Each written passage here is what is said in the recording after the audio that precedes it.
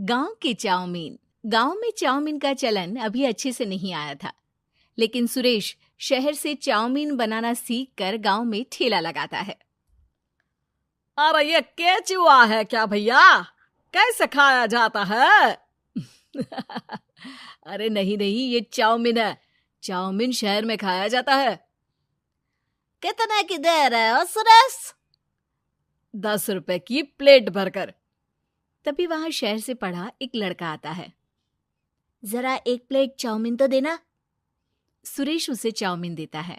उसे चाउमीन खाता देख गांव वाले भी उससे चाउमीन ले लेते हैं और खाने लगते हैं। अरे वाह सुरेश भैया, कमाल की बनाए हो। 2 प्लेट मेरे बच्चों के लिए भी पैक कर दो। बस फिर क्या था, सुरेश का ठेला लगता है और चाउमीन खरीदने वालों की लाइन लग जाती है। तभी वहां से गांव का साहूकार होकर गुजरता है। और ये क्या भीड़ लगी है? लगता है झगड़ा हो गया है गांव में। चलूं मैं अभी तो मजे ले लूं। अरे कहाँ है, इतनी भीड़ लगी है यहाँ? लड़ाई हो गई है क्या? अरे साहूकार साहब, ना ना ना, कोई लड़ाई ना हुई है। ये तो सुरेश की दुकान है चाउमीन की। हम लोग चाउमीन खाने आए हैं, आप भी खाइए ना। साहूकार चाउमीन खाता है और सुरेश की तरफ देखता है, जो सारे दिन के पैसे गिन रहा होता है। अरे सुरेश, क्या लागत है इस काम की? अरे साहूकार जी, आप अब आए हैं तो ये पूरे 10,000 रुपए ले जाइए, जो पिछले साल शहर जाने से पहले आपसे लिए थे ना। लागत तो क्या कहे, जो आपने दिया था उसी में सीखा भी है और दुकान भी खोल ली। अरे पैसे इतने जल्दी क्या जरूरत थी? कैसे जरूरत नहीं थी साहूकार जी, इतना मोटा ब्याज कहाँ से भरते। साहूकार को अब सुरेश की दुकान को हड़पने की लालच आ जाती है। नाना करते ये सारे दिन में 500 रुपए कमा ही लेता है। अरे गांव में ये ऐसे ही कमाता रहा तो कहीं ब्याज का काम ना शुरू कर दे। अरे भैया, कोई ना कोई जुगाड़ तो करना पड़ेगा। अब साहूकार घर आ जाता है और अपनी बीवी को सारी बात बताता है। हाँ जी, ये तो मैंने भी सुना है कि सुरेश के हाथ की चाउमीन नहीं खाई तो कुछ नहीं खाया। अरे हाँ हाँ, सही ही कहते हैं। मैं अभी खा कर ही आ रहा हूँ। अरे भाग्यवान है, कितना अच्छा हो ना अगर वो पैसा हम लोगों को मिल जाए। क्यों? हैं? हाँ, वो तो है, लेकिन कैसे? हम लोगों को तो चाउमीन बनाना आता ही नहीं है। साहूकार और उसकी बीवी अब रोज चुपके से सुरेश के घर जाते हैं और खिड़की से उसे चाउमीन बनाते देखते। अब क्या था, दोनों को चाउमीन बनाना आ जाता है। फिर एक रोज, और सुरेंद्र, तुझे साहूकारनी ने बुलाया था। बोल रही थी कि बेटे के जन्मदिन में 10 किलो चाउमीन का ऑर्डर देना है। बना दोगे ना? अरे हाँ हाँ साहूकार जी, मैं जरूर बना दूंगा। कब देना है घर में 10 किलो चाउमीन? अरे वो तो तू घर आकर बता कर लेना, मैं नहीं बता पाऊंगा। ठीक है, शाम को काम निपटा कर आ जाता हूँ।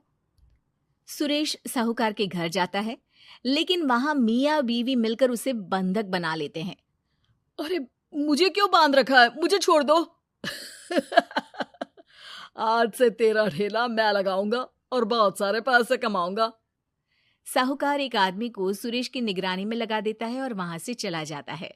अगले दिन, अरे साहूकार जी, आप कब से चाउमीन बेचने लगे और अपना ये सुरेश कहाँ गया?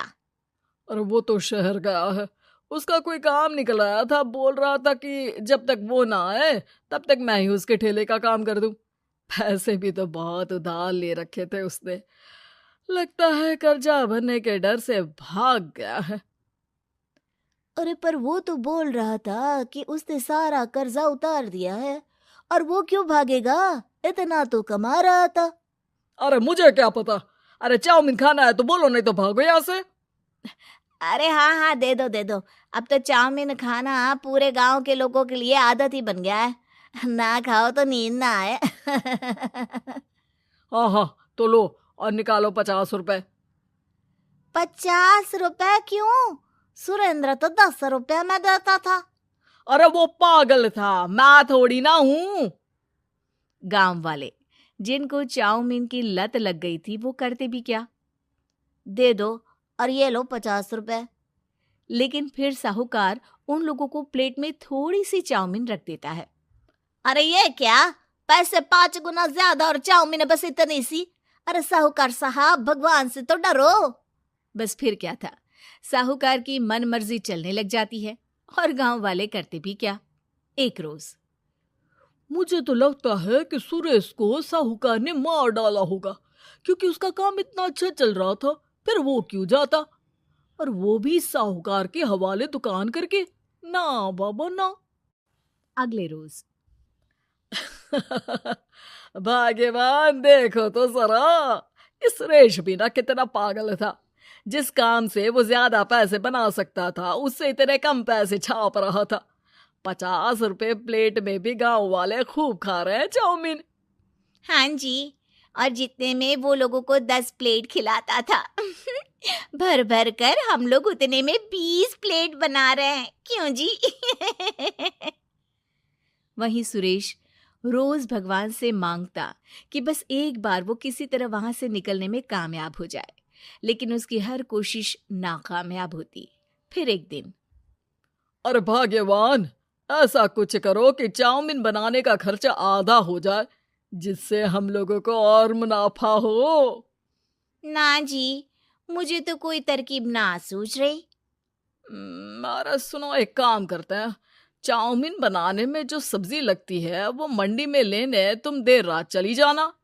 तब तक वो सारी सड़ी गली सब्जी जो दुकानदार वहीं फेंक जाते हैं, वो उठा कर ले आना फ्री में। अरे वाह जी वाह, आप तो बहुत समझदार हैं जी। बीवी वैसा ही करती है, लेकिन अब लोग चाउमीन खाते तो मुंह बनाकर। फिर एक बार, अरे राम राम राम, ये पेट में दर्द काहे हो रहा है? आई, आई, आई, आई, आई। हाय रे हाय, मेरा भी पेट दर्द के मारे फटा जा रहा है। सभी को शक हो जाता है कि उन लोगों को चाउमीन खाने से ही ये बीमारी हो गई है। वहीं दूसरी तरफ जो आदमी सुरेश की निगरानी कर रहा था, वो सो रहा होता है और मौका देखकर सुरेश वहां से भाग जाता है। सुरेश गांव वालों के पास जाकर उन्हें सब कुछ बता देता है। बस अब क्या था, साहूकार के घर पुलिस पहुंच जाती है। चलो, तुमने गांव के लोगों को खराब सब्जी वाली चाउमीन खिलाकर बीमार किया और सुरेश को बंधक बनाया। तुम्हें इसीलिए हम गिरफ्तार कर रहे हैं।